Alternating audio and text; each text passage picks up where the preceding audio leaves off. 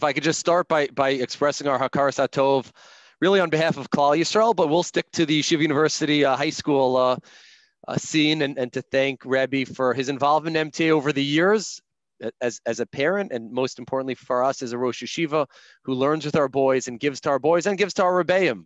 We get great chizuk from Rebbe, and over the last 9 months, the chizuk that Rebbe has given to all of Klal Yisrael and the leadership to guide us through really, really challenging times.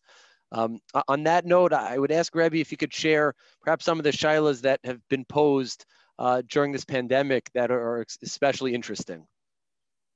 There's so many questions, unprecedented questions that we've had to deal with during this terrible pandemic. The truth is, the most difficult ones came at the very beginning. At the very beginning, there were questions of life and death, triage, discontinuing respiration and other medical procedures. Very, very, very serious questions.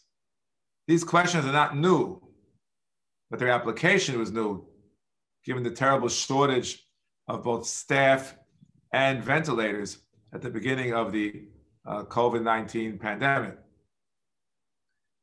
The truth is that after dealing with those questions, there were the questions which related to when, unfortunately, people passed away. Questions of the normal tahara that is typically done, but it was too dangerous to do it at that time. Do we eliminate it completely? Do we do a reduced version? All these questions had to be answered. And then there were the questions of the life cycle events, a bris, a wedding, a bar mitzvah. How do you get through this in the difficult times when congregating was dangerous? Do you need a minyan at any of these three types of events? Can it be done without a minyan? These are questions which had to be dealt with.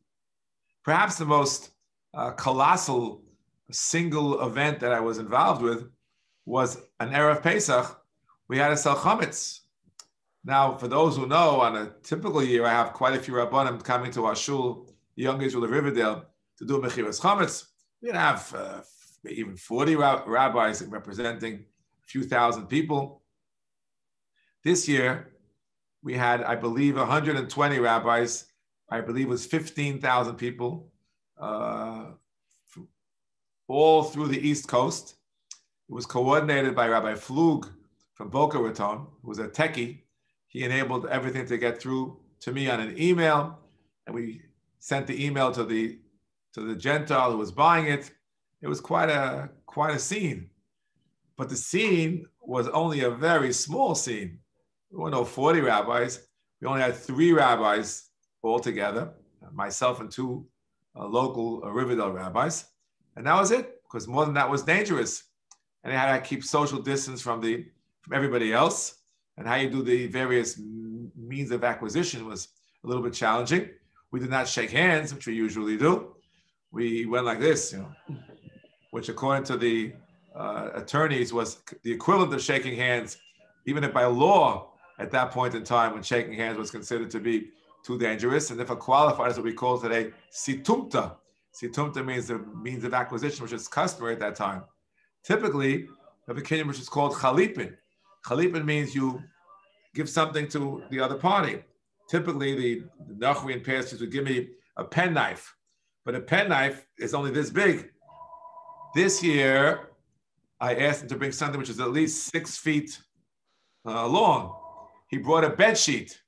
So he held one side of the bed sheet. I'm on the other side of the table, the other side of the bed sheet. Of course, this was done outdoors because it was too dangerous to go indoors. This is all a new type of mechiras chametz, which never happened before, but it was considered to be halachically acceptable for so many people. We also had to worry about tevilas kalim, because many kalim was closed because they thought it was too dangerous. Ours never closed, but people themselves thought it might be dangerous. And so we had to arrange a system whereby the pots and pans and flatware and glasses that were bought at that period of time from non-Jewish sources, if a Jew would own it, he wouldn't be allowed to use it until he put it into the mikveh. So what we did was a kind of a mechiras chometz type arrangement with a nachri for the kalim. This was facilitated, if I'm not mistaken, by Rabbi Sobolovsky. I believe a member of his synagogue as an attorney had this non-Jewish attorney friend living in Connecticut, and he was apprised of what this goes on. Yeah, fine. And the Menal of Abez, Rabbi Weissman, he was the point person on our side. He would send him, I want to sell this amount of these amount of utensils, and we sold it to him. Then how did he pay? How do you pay if you don't meet somebody? PayPal. He was PayPaling Rabbi Weissman every other day whenever we were selling more pots and pans. These are new things which were, the great rabbis of yesteryear never heard of PayPal or Zoom or email. We had to try to do all these things to be safe while we're doing these very, very important halachic processes, which can't wait till tomorrow. It has to be done before Pesach. This was something which we were involved in. These are some of the more interesting involvements all towards the beginning of COVID. Just to talk a little about towards the end, came Rosh Hashanah Yom Kippur. A whole new series of questions came up about limiting the size of the davenings and the duration of the davenings. Just to give an example, in our own shul, so we usually have one, thank God, packed minyan for Rosh Hashanah Yom Kippur. This year we divided it in three. There was the shul itself, and two outdoor minyanim which were officially sponsored by the shul, in two homes, and there were tents in two homes of members of our community. And I felt as the Rav, I'm in charge of all three. I even felt I had a daven in all three. At Rosh Hashanah, I was the first day I was a Baal Musaf twice in the main shul, and and the second day I was Baal Shachris, and then I went to the other further one for Musaf. And Yom Kippur, I couldn't go anywhere, no time. I davened Kol Nidre 3 times, which means really 9 times. I did a Kol Nidre in one tent and the other tent, and then it's back in the shul. These are things which you can't make up.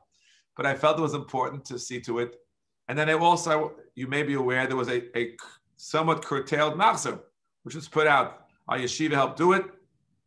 Combination of Rabbi Flug and Rabbi Rob Shur from the Center of the Jewish Future in Eretz Yisrael. And there was a machzor that came out for Rosh Hashanah and for Yom Kippur. We cut out fundamentally all the piyutim in the first half of Shmoneh Esrei of Shachris and Musaf. The beginning. The end we kept. We try to keep all the nigunim, all the tunes that we sing, because that's very important for the experience of Rosh Hashanah and Yom Kippur. And we had to draw lines here and there. I'm sure I was criticized for taking out too much, taking out too little, but that's okay. And no one is required to use the machzor which we produce, which is an example. I'm told that many people actually used it. If you'd like, I can tell you the story of the shul's closing, which is probably the most interesting story of all. Yes, we very much would like to know, and what goes through the Rav's mind when he had to make such a decision, which we know Tefillah B'tzibur is one of our core principles, and yet so is the safety of people. There's no doubt that safety of people is more important than Tefillah B'tzibur. No one denies that. The question is, where do you draw the line? I'll tell the story now, which I've told elsewhere, but for the parents of the yeshiva, they would be interested in how things developed. And you, Rabbi Khan, as a resident of Bergen County, should be proud of your rabbanim, of your rabbinate, the RCBC. They are the real heroes. The truth is, our yeshiva is also heroic. Just to give a little bit background, just to review, because people forget. It was a week before Purim, precisely a week before Purim, Zion Adar, was a Tuesday, when New Rochelle broke open. The terrible, I like to cry when I start thinking about what happened there at the end. It's just too painful. But it was a terrible super spreader, and the local school here in Riverdale closed that same day because there are many students from New Rochelle. Our yeshiva closed the very next day, Wednesday, because there were a number of New Rochelle students in our base medrash closed. These are dramatic moves, but they saved many, many lives, these moves, many lives. In the interim, everything else was open. The public schools were open, all the shuls were open, the stores were open. There were no other restrictions going on. This is how it was for that week. I remember I happened to have been in Eretz Yisrael that Shabbos for a bar mitzvah of my grandson, just in the nick of time. I came back Motzei Shabbos, landed Sunday morning, and I'm told that people in my shul are in quarantine. I said, what's quarantine? Well, they're involved in schools in Westchester County or locally here. They can't leave their house. So the question became immediately, who's going to read the Megillah for them? Monday night was Purim. So, of course, the rabbi is the Balkori of last resort. So I said, okay, I will go to the house and read the Megillah. One house they were both in apartment houses. In the first case, the person who was in quarantine was behind the door in his apartment, and another individual who was also in quarantine in a different apartment came and sat right behind me, back to back. So that was considered to be safe. So I went from there, then went to an additional apartment to read the Megillah, where again there were two people, one who lived there and one came from across the street. So I actually learned the Megillah twice beyond the reading of the Megillah in shul. But of course, remember, there was no Chagiga this year. Usually you go to the Chagiga there till all hours. So this was not a problem time-wise for me to read the Megillah twice. I had to prepare a little bit. That's true. I usually don't lay the Megillah these days, but I've landed in the past, so I was able to do it. But meanwhile, everything else is open. Rabbi Dr. Glatt, who was my Talmud, who was the number one consultant for me, for sure, and I think for most of our community, had told me, tell people if they're coughing or sneezing, they should not come to shul. So I put that as a sign on my shul. It was there for Purim. If you're coughing or sneezing, don't come to shul. Stay home, and we'll find you someone to read the Megillah. And people who were completely compliant in my little tiny young Israel of Riverdale, there was to my knowledge, there's nobody who violated. I heard no coughing and no sneezing during the Megillah. This is on Monday night and on Tuesday. Tuesday was Purim day, which typically in my house, everyone comes. There's people coming all day, streaming in and out. And it's a beautiful, Purim is one of my favorite days of the year. Because all year long I talk and they listen. And on Purim they talk and I listen. It's been a hapachu. And people come in and they say Divrei Torah. It's such a beautiful scene. I play some music and then people dance around. It's a beautiful thing. It actually happened this year as well, but with a more limited attendance because some people felt it wasn't safe. And to my knowledge at that point, there was no masks and no distance. We didn't know about these things. We thought it's all in the hands. If you may remember, you have to wash your hands. I still have the sanitizer here from Purim when you walk into the door.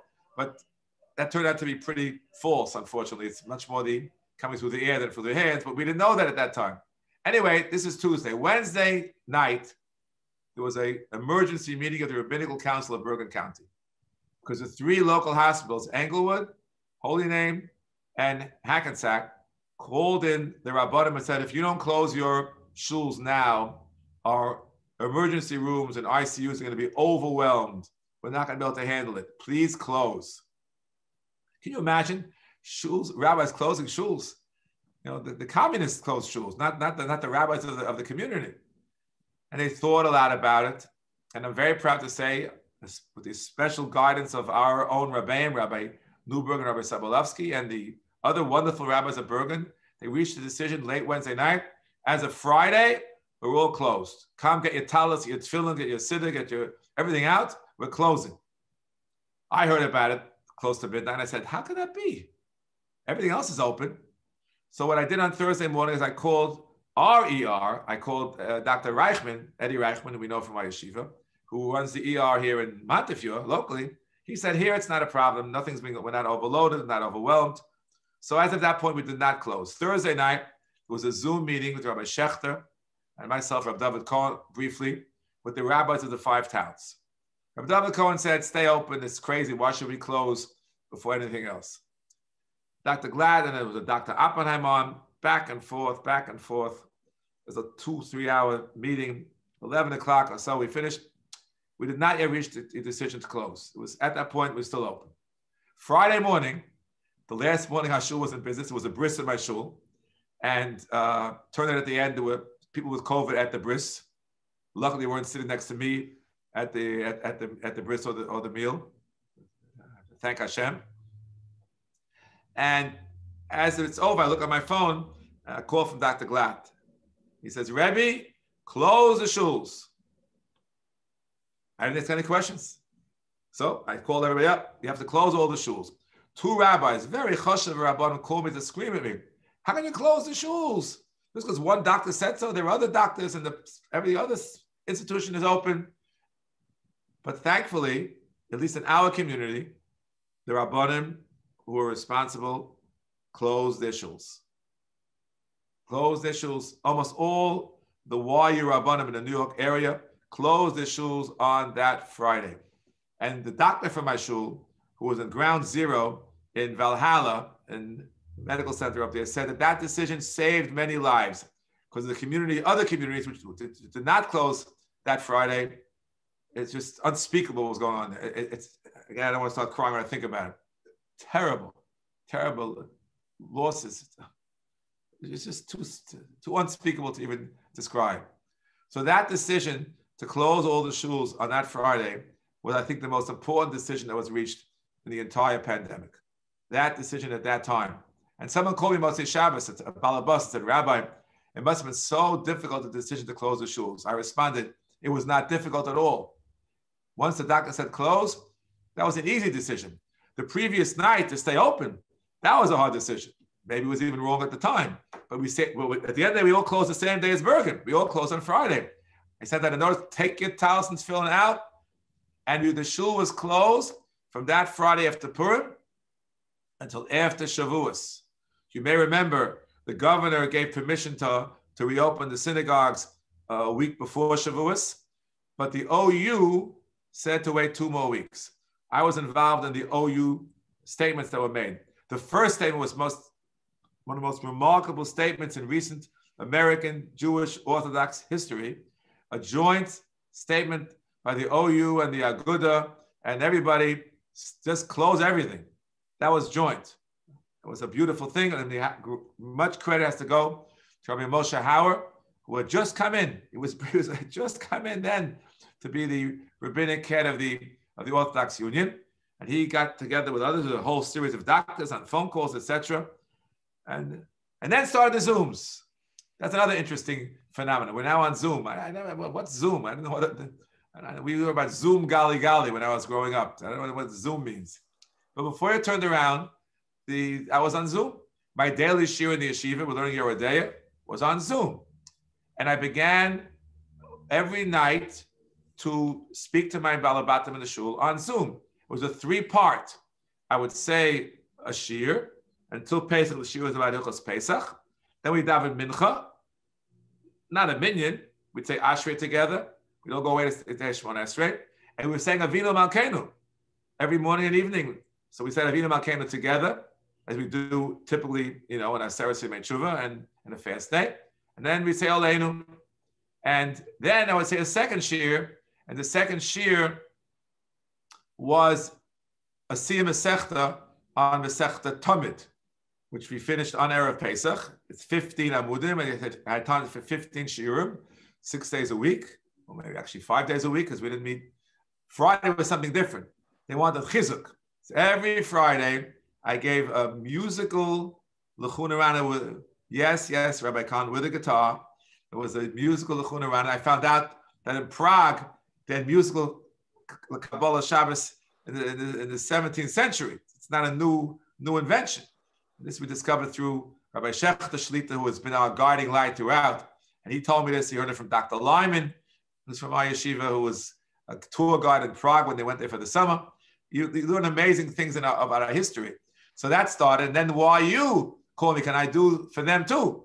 So I'd go from one to the other.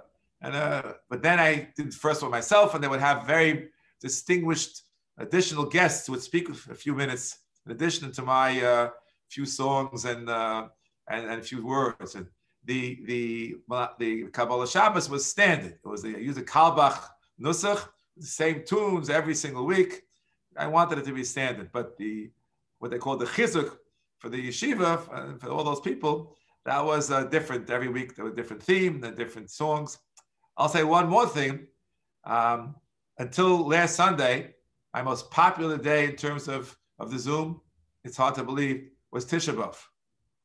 Because I was asked to do the keynotes that you, Rabbi Khan, you were in Marash HaKol, you remember. We had Tisha B'Av, the whole morning was keynotes, which was, we said some of the kinos and elaborated on the others. So that's what I did. I still remember it was so crowded, I couldn't get on myself. I had to get someone to get off to get me on. And then they had a different Zooms and YouTubes. There were all kinds of stuff. It was, I think 800 people were on. And then they asked me to do a kind of a kumsitz, just singing, because they used to have it in the NCSY by the Kosel Maravi. And I had a call Rabbi Kamenetsky to tell me, asked what they sing over there. I tried to copy their playbook. There was also 800 people. That was my most popular until last Sunday, when I spoke about the vaccine. And I was trying to get everyone to take the vaccine.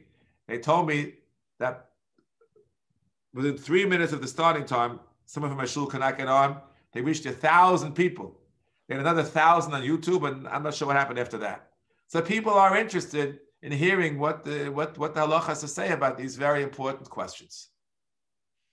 So I'm curious, Rebbe spoke a lot about having to close shuls and the importance of human life. While all of that was happening, clearly people needed on a ruchnius level because they couldn't go to shul and they couldn't go to the base medrash. What did Rebbe feel was most important in terms of instilling and infusing ruchnius for people?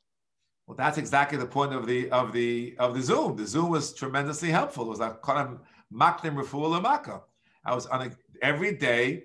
I was giving a Zoom. This went on from the beginning of the pandemic, from the second week in, until we reopened the shul.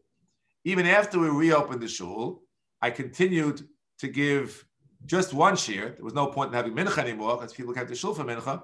So there weren't two shirs, it was one shir. That went until the end of June. At the end of June, something amazing happened. We opened up Mora Shakolel in Riverdale. I think that perhaps was my greatest accomplishment.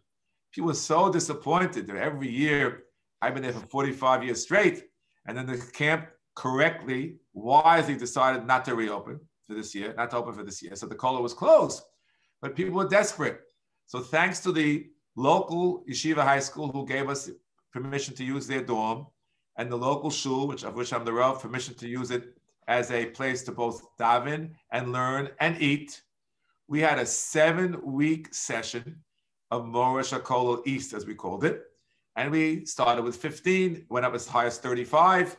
It was an incredible experience. And the boys had some fun. We had arranged some tennis, a little bit baseball, some swimming.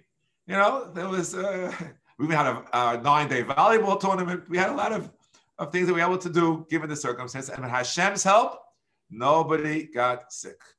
If someone didn't feel well, we sent them home for COVID testing. They came back negative and then returned. It wasn't a complete bubble. It was mostly a bubble.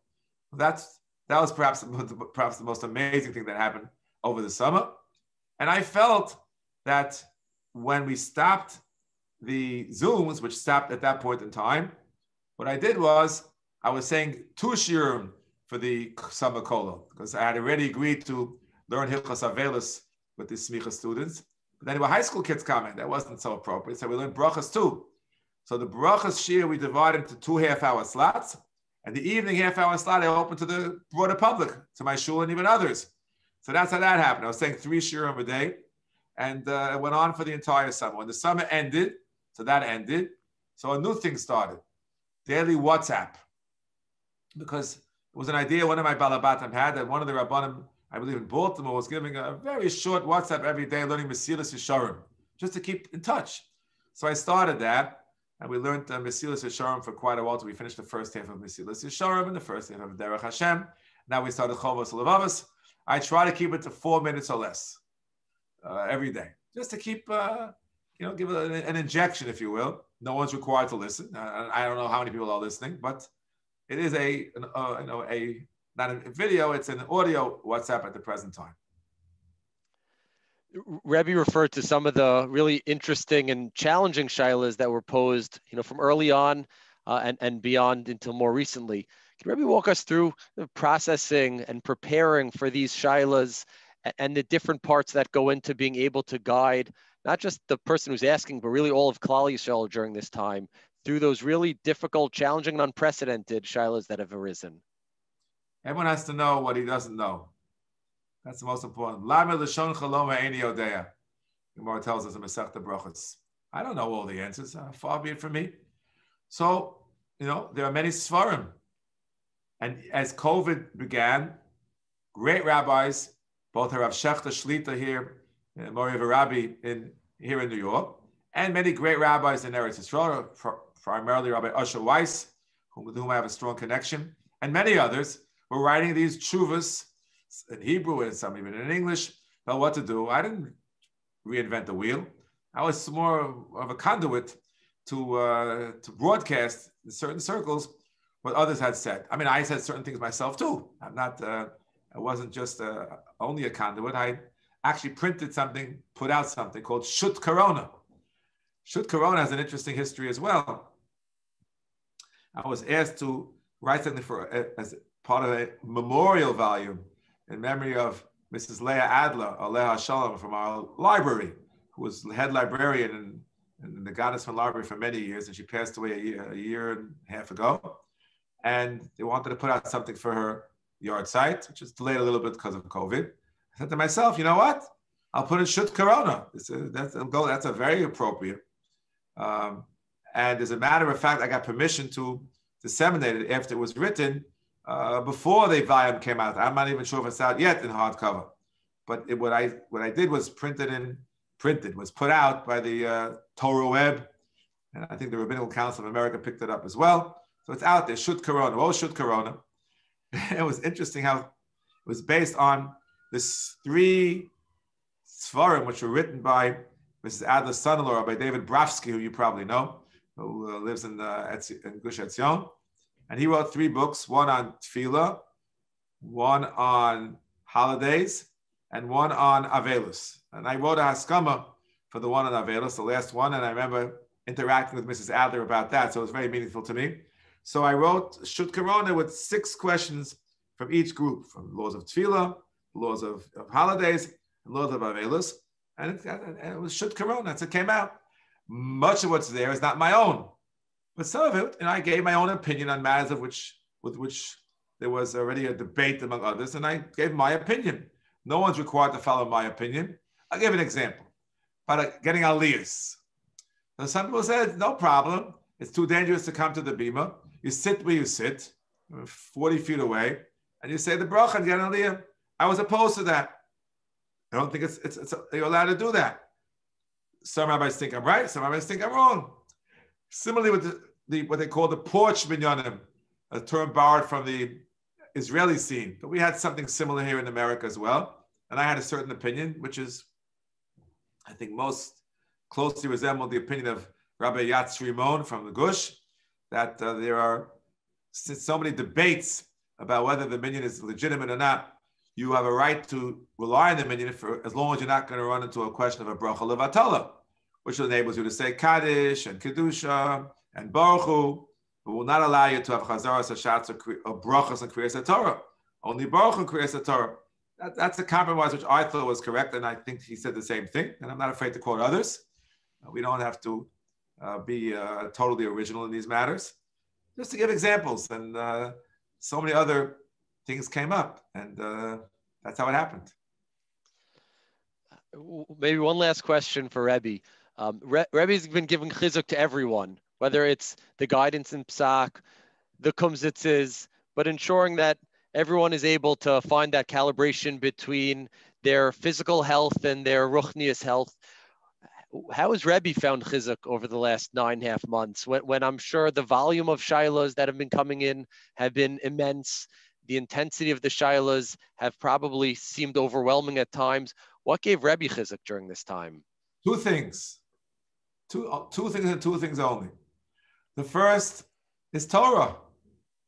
Lulei saras chashashuai. I did not miss any shirim. Every day there was a shir, and give my talmidim credit. Every day was a shir, and we didn't stop when the official yeshiva calendar stopped. We went beyond to finish the Yoredeya matters. And now I'm doing the shirs Psachim. My talmidim, it's a small group. They don't take days off. They offer them day off on Thanksgiving. No, we want to shir on Thanksgiving. I offer them a day off on Hanukkah. No, we want shir on Hanukkah. The only time we took off was this past week of taking finals. I'm resuming on Sunday, even though there's no school officially. Okay, a little bit shorter shir than usual. That's what they don't. Oh, who could such wonderful talmidim and a wonderful Torah even without talmidim? The Torah is what keeps us going. Source number one. Source number two is the Rebbetzin. The Rebbetzin bears a brunt as well. We're so used to having large sudas in our house. Every Shabbos we have, very, very often for Shabbos we have a Seder. Our Seder is a full table. Well, we had a Seder for two, and every Shabbos for two. Till today inclusive, it's only for two. So that, it's it can be a little difficult. But my Rebbetzin, and I'm sure all the other Rebbetzins who are doing the same thing, whatever stage in life they're in, if they're in our stage as empty nesters, the challenge is just table for two. It could be a challenge. And if they're younger, my own children who are taking care of their children, when they don't go to school and they're underfoot, that's probably even a bigger challenge. And they're the ones who get the credit for maintaining the equilibrium in the household. So those are the two sources of chizuk for Rabbanim, the Torah HaKadosha and the Neshei Chaya.